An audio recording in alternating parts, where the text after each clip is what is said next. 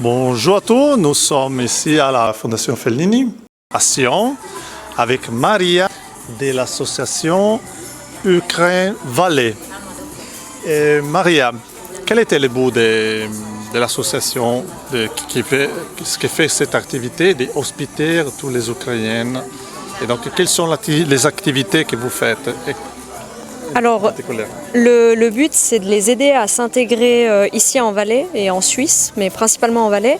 Donc, on a mis sur pied 2 magasins pour qu'ils puissent avoir accès à des habits, entre autres, des jouets, etc. Des choses qu'on trouve malheureusement pas bon marché dans nos magasins. On a également pu leur offrir la possibilité de leur donner des cours de français durant l'été, qu'on essaye de continuer maintenant.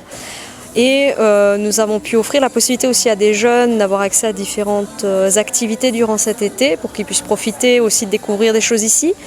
Et les dernières choses, c'est des activités d'intégration. On leur fait visiter le patrimoine valaisan pour qu'ils puissent découvrir ce beau canton et pouvoir après s'intégrer au mieux ici en Valais. Voilà, merci Maria, c'est un projet extraordinaire. Et Stéphane, nous avons une très belle exposition et des artistes, une artiste ukrainienne. De quoi il s'agit? Alors, tout d'abord, la Fondation Fellini a créé une exposition sur un thème très précis qui est en fait au cinéma les grands réalisateurs qui ont dénoncé la guerre.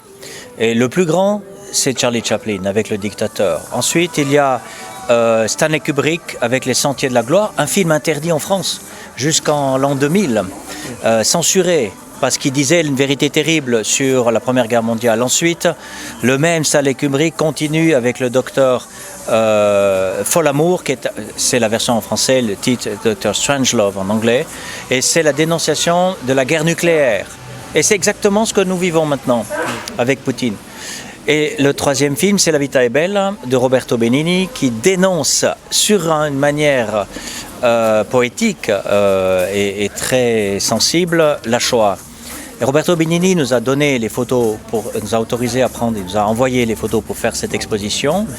Et dans le cadre de cette exposition, nous avons invité Dasha Daineko, qui est une illustratrice, artiste de Vinnytsia, lui qui a été bombardé il n'y a pas très longtemps encore, et elle a réalisé des grands dessins en correspondance avec ces grands réalisateurs.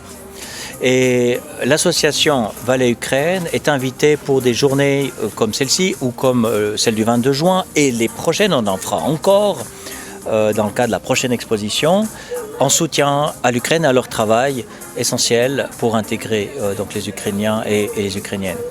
En fait, on est en Suisse, qu'un pays qui fait penser à une forteresse, où on est à l'abri. Non, on n'est pas à l'abri. Les Suisses réalisent avec le gaz, avec l'hiver, avec le problème d'énergie, ils ne sont pas à l'abri. Et ils sont dans la stratégie de résistance aujourd'hui au totalitarisme. Et c'est aussi ça qu'on doit dire dans notre exposition. Merci beaucoup Stéphane. Nous sommes avec Nicolas Rouillet, directeur de la Fondation Fellini. Et voilà, quel a été le but de cette exposition en aide de la population ukrainienne? Alors je pense qu'en tant que responsable d'un lieu culturel important dans le cinéma à Sion, on doit être à l'écoute des bouleversements qui se passent dans le monde. Et donc on a très vite, quand la guerre a éclaté en février en Ukraine, on a réagi très vite et on a mis en place cette exposition qui met en avant les grands cinéastes qui ont œuvré pour la paix, donc Chaplin, Kubrick et Benigni. Et on a voulu intégrer donc l'histoire du cinéma et une artiste contemporaine ukrainienne à ce projet. Et je pense que c'était notre rôle aussi de faire quelque chose pour cette tragédie qui se passait pas loin de chez nous. On est ici avec l'artiste, c'est Dasha.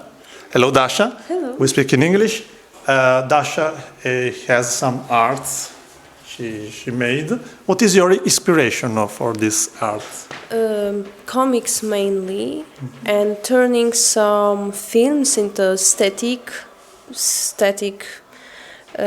frames, I think. Yeah. and turning it as a graphic. Yeah. So your inspiration comes also from what's happening in your country. So you have some tools, some ideas that you develop.